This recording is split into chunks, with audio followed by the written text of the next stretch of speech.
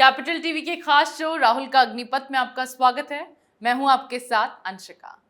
लंबे समय के बाद कांग्रेस नेता राहुल गांधी की संसद में वापसी हुई, लेकिन संसद में बोलने को बेताब राहुल की जुबान फिर ऐसी फिसली कि बवाल तो मचा ही, साथ ही उन्हें चारों तरफ से घेर लिया गया।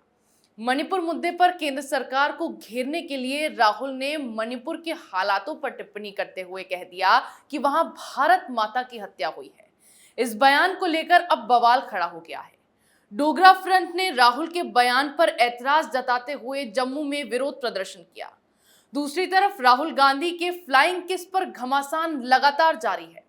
पहले 22 महिला सांसदों ने राहुल के इस रवैये पर शिकायत दर्ज कराई, फिर अब बीजेपी महिला मोर्चा ने उनकी शादी करवाने की मांग की है। दिलचस्प बात तो ये रही कि आज मां का लाडला बिगड़ गया लिखी तख्तियों के साथ महिला मोर्चा ने प्रदर्शन किया। इस बीच कल अपने भाषण के बाद राहुल अचानक गायब हो गए और आज अविश्वास प्रस्ताव पर पीएम मोदी के बाणों से बचने के लिए वो संसद आए ही नहीं। इसी विषय पर चर्चा के लिए मेरे साथ स्टूडियो में मौजूद हैं कैपिटल टीवी के एग्जीक्यूटिव एडिटर राजीव जी। राजीव जी, बहुत बहुत स्वागत है। धन्यवाद। राजीव जी, इतना बवाल खड़ा हो गया, कहां गए राहुल गांधी? देखिए, राहुल गांधी शर्मसार हो गए हैं, क्योंकि इतने उतावले थे संसद में आकर बोलने के लिए कि उन्हें समझ नहीं आ रहा था कि संसद की मर्यादा क्या होती है। उन्होंने जिस तरीके के शब्दों का इस्तेमाल किया उसे असंसदीय कहा जाता है। संसद की परंपरा जब 4 बार के सांसद को पता नहीं है तो आगे कैसे उम्मीद की जाती है कि ये विपक्षी पार्टी के गठबंधन के प्रधानमंत्री उम्मीदवार होंगे। हर वो नेता जो कि बड़े पद पर जाने की उम्मीद रखता है, मंत्री बनना चाहता है, प्रधानमंत्री बनना चाहता है, उसको कम से कम लोकतंत्र के इस पवित्र स्थल यानी लोकतंत्र के मंदिर के मर्यादा का, पवित्रता का ख्याल रखना चाहिए। राहुल गांधी के एक अभिभाषण में जो लोकसभा के अंदर उन्होंने अविश्वास प्रस्ताव पर चर्चा के दौरान दिया, और किसी इतने परिपक्व कहे जाने वाले नेता जो कांग्रेस के अनऑफिशियल प्रधान हैं, अनऑफिशियल इसलिए कहा जाता है क्योंकि अध्यक्ष पद वो फिर से लिए नहीं, लेकिन डिक्टेटरशिप तो राहुल गांधी की ही है, उन्हीं के इशारे पर खड़गे साहब चलते हैं। तो इसलिए कांग्रेस के अनऑफिशियल प्रेसिडेंट कहा जा सकता है वो व्यक्ति संसद में भाषण देता है। चर्चा के दौरान वो जितने शब्दों का उपयोग करते हैं उसमें से तकरीबन 19-20 शब्दों को रिकॉर्ड से बाहर कर दिया जाता है। यह बहुत बड़ी बात थी कि एक ऐसे नेता जो कि प्रधानमंत्री के रेस में है, दौड़ में है, विपक्षी पार्टियों को लीड करने की कोशिश कर रहे हैं और संसद में भाषण देते हैं और वहां पर इनके शब्दों को रिकॉर्ड से बाहर निकाल दिया जाता है। यही छटपटाहट कांग्रेस की जी, लेकिन कांग्रेस पार्टी तो इस पर ऐतराज जता रही है कि क्यों उनके भाषण को काट दिया गया। क्योंकि संसदीय परंपराएं हैं और संसदीय भाषा की एक लिस्ट होती है, सूची होती है कि कौन कौन से शब्द संसद भवन के अंदर, लोकसभा राज्यसभा के अंदर इस्तेमाल नहीं किया जाएगा। यह संसदीय परंपराओं में असंसदीय और संसदीय शब्दों की सूची होती है। इन्होंने 13 बार से ज्यादा हत्या शब्द का उपयोग किया, देशद्रोह शब्द का उपयोग 2 बार से ज्यादा किया, उसके साथ मर्डर शब्द का उपयोग किया। ये सारे शब्द जो हैं, ये जिस सेंटेंस में उपयोग किया गया था, भारत माता की हत्या, हिंदुस्तान की हत्या, हिंदुस्तान की आवाज खत्म करना, मर्डर किया जाना, ये संसदीय शब्द नहीं है, ये असंसदीय शब्द है। और जैसे ही ये शब्द बोले जाते हैं उसको रिकॉर्ड से बाहर करने का अधिकार स्पीकर का होता है या फिर जो उस समय चेयर पर बैठे होते हैं। जैसे आज भी चर्चा के दौरान जिस तरह की भाषा का इस्तेमाल अधीर रंजन चौधरी ने किया, उन्होंने कहा कि हम प्रधानमंत्री नरेंद्र मोदी को संसद में, लोकसभा में घसीट कर ले आए। ये पीएम के लिए नहीं बोला जा सकता, ये असंसदीय शब्द है, व्यवहार है। इसलिए जैसे ही भारतीय जनता पार्टी की तरफ से इसका विरोध जताया जाने लगा, चेयर पर बैठे हुए उस व्यक्ति ने कहा, जो चेयर को संभाल रहे थे, स्पीकर के चेयर को, उन्होंने कहा कि ये शब्द को रिकॉर्ड से बाहर कर दिया जाएगा, आप इन चीजों पर हंगामा मत कीजिए। भारतीय जनता पार्टी के सारे सांसद बैठ गए।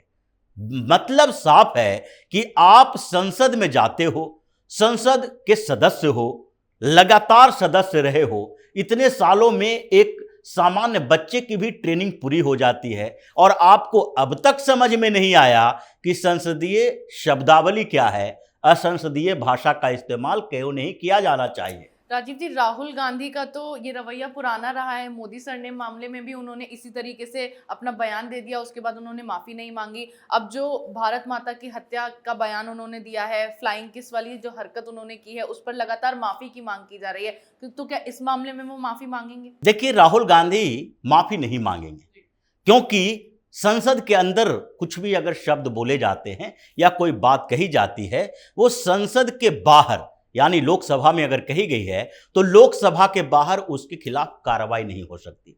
अगर आप देशद्रोह शब्द का इस्तेमाल करते हो या देशद्रोही बताते हो या किसी की प्रतिष्ठा को नुकसान पहुंचाने की कोशिश करते हो तो मानहानि का केस भी संसद में कहे गए शब्दों के लिए बाहर नहीं हो सकता। विधानसभा में अगर कोई किसी की आलोचना किसी हद तक करता है तो सिर्फ यही हो सकता है कि संसद की प्रिविलेज कमेटी, विशेषाधिकार हनन कमेटी जो होती है, तो विशेषाधिकार कमेटी के पास वो मामला जा सकता है, बाहर में कोर्ट में उसको चैलेंज नहीं किया जा सकता। लेकिन एक मोरल प्रेशर तो है, क्योंकि राहुल गांधी क्या है, राहुल गांधी एक पब्लिक फिगर है और राहुल गांधी को राजनीति करनी है।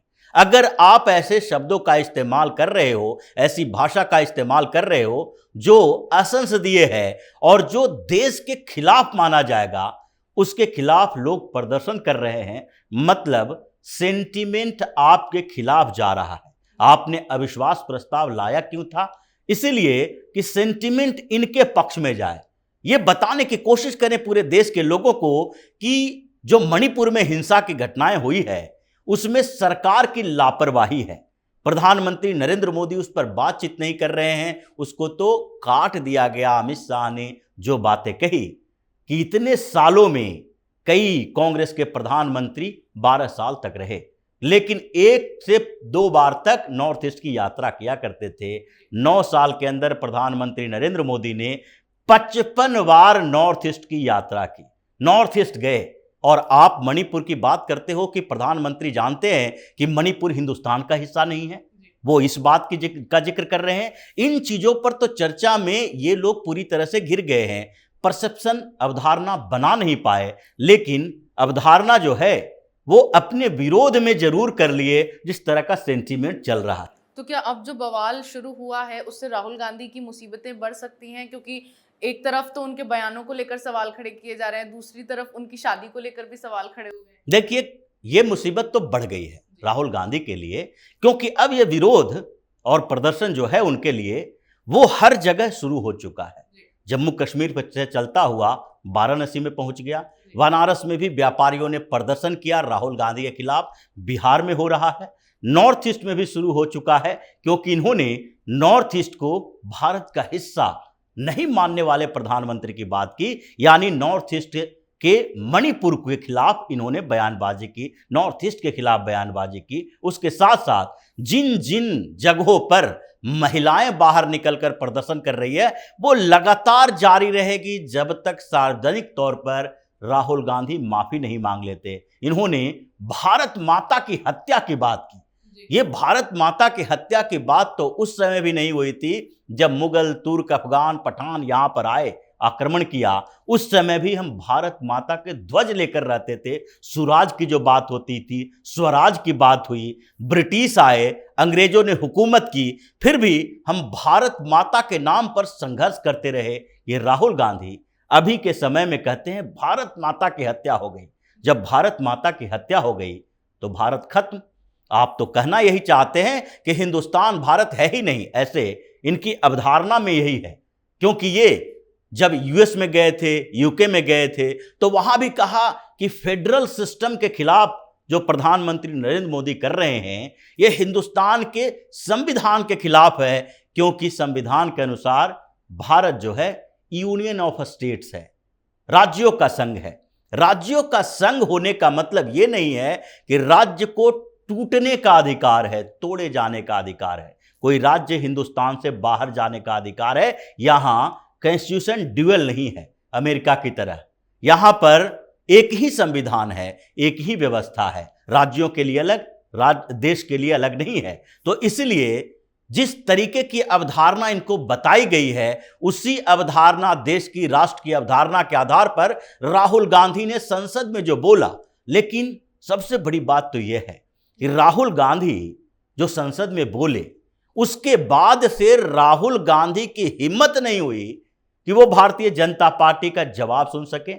अमित शाह बोलने वाले थे, उनका जवाब सुनने के लिए वो बैठे नहीं रहे, क्योंकि उन्हें पता था कि उनके एक एक जवाब से राहुल गांधी, सोनिया गांधी शर्मसार होंगी। आज भी नदारद रहे, आज भी नदारद रहे, वो पीएम मोदी का सामना नहीं कर सकते, क्योंकि इनके पास इतनी गलतियां हैं गिनाने के लिए कि ये इतिहास में झांक कर देखेंगे तो पता चलेगा कि कांग्रेस से ज्यादा भ्रष्ट पार्टी और देश को बर्बाद करने वाली पार्टी और कोई रही नहीं है। सबसे ज्यादा आप सत्ता में रहे, सबसे ज्यादा समय तक सत्ता में रहे, तो सबसे ज्यादा गलतियां आपकी रही हैं। वो आज की पीढ़ी को दिखाने, समझाने, बताने के लिए ही अविश्वास प्रस्ताव के दौरान भारतीय जनता पार्टी के लोगों ने इतिहास में झांक कर देखा।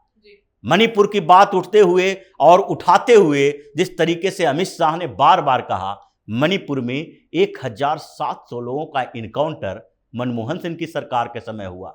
मणिपुर में ही नहीं, नागा और कुकियों के खिलाफ नागा संघर्ष हुआ। इतने टेररिस्ट ऑर्गेनाइजेशन थे उस समय, नॉर्थ ईस्ट जल रहा था। सिर्फ मणिपुर नहीं, हर राज्य नॉर्थ ईस्ट का जल रहा था। इन लोगों ने नॉर्थ ईस्ट को जला के हमें दिया, जिसका इतना असर हुआ है कि 9 साल में इतनी शांति कायम हुई है। आज जो नस्लीय हिंसा हो रही है वो भी धीरे धीरे खत्म हो जाएगी, क्योंकि इसी कांग्रेस की सरकार में 1.5 सालों तक लगातार नॉर्थ ईस्ट में नस्लीय हिंसा होती रही थी। उस समय प्रधानमंत्री जो तत्कालीन थे, कोई भी जवाब नहीं दिया था। तो इसलिए बात यह है कि अब ये लोग अपनी बुराई सुन के वहां पर बैठे नहीं रह सकते, इनके अंदर पेशेंस नहीं है। इसलिए राहुल गांधी ने क्या किया, वहां पर भाषण दिए, उसके बाद उठ के चले गए। हमने अपनी बात कह दी, अब सुनने के लिए कांग्रेस के उन नेताओं को छोड़ दिया कि आलोचनाएं तुम सुनो, हम सुनने के लिए तैयार नहीं हैं, क्योंकि शर्मिंदगी है अपने आप में। अपनी बात कह दो, उसके बाद भगोड़े की तरह वहां से हट जाओ। ये परंपरा रही है राहुल गांधी की, कांग्रेस की। इसलिए राहुल गांधी ने जो बातें कही संसद के अंदर, उसकी आलोचना तो हो ही रही है। साथ में जिस तरीके से अविश्वास प्रस्ताव जो मोदी को बदनाम करने के लिए लाया गया था, उसमें कांग्रेस और इंडिया गठबंधन के दूसरी पार्टियां बदनाम हुई है, वो ये दिखा रहा है कि अविश्वास प्रस्ताव विपक्ष के लिए एक ऐसा आघात हुआ है जिसके कारण आगे एक महीने बाद इसका इस्तेमाल किया जाएगा, और चुनाव होते होते ये सारे जो रिकॉर्ड्स में गए हुए शब्द हैं और जो संसद में भाषण दिए हुए हैं, उस पर एक एक खबरें सामने आएगी कि कौन कौन से घोटाले, जो लिस्ट घोटालों की अमित शाह ने दी, प्रधानमंत्री नरेंद्र मोदी जो बात कर रहे हैं, ये सारी चीजें ऐसी होगी जो कांग्रेस के ताबूत में कील का काम करेगी। और इस बार कांग्रेस 20 का आंकड़ा भी पार कर ले तो ये बड़ा मुश्किल दिखाई पड़ रहा है। जी बिल्कुल, राहुल गांधी की मोदी सरने मामले में भी ऐसे ही जुबान फिसली थी, जिसका भारी नुकसान उन्हें उठाना पड़ा था, और अब संसद में फिर उनकी जुबान फिसल गई, जिसके बाद बवाल खड़ा हो गया। हैरानी की बात तो यह है कि राहुल के गलत कामों और गलत बयानों में कांग्रेस पूरा समर्थन देती है। इसीलिए जब राहुल की स्पीच के विवादित शब्दों को लोकसभा की कार्रवाई से हटा दिया गया तो कांग्रेस ने इस पर आपत्ति जता दी। लोकतंत्र का मंदिर कहे जाने वाली संसद में राहुल गांधी ने अभद्र हरकत की है, जिस पर उन्हें अब माफी मांगनी चाहिए, और इसी को लेकर अब उन्हें चारों तरफ से घेरा जा रहा है, जिससे कांग्रेस भी अब बैकफुट पर आ गई है। इस विषय पर चर्चा का आपका बहुत बहुत धन्यवाद। राहुल का अग्निपथ में मेरे साथ आज इतना ही। अगर आपको हमारा ये वीडियो पसंद आया हो तो इसे लाइक करें, शेयर करें, कमेंट करें, साथ ही हमारे चैनल को सब्सक्राइब करना ना भूलें।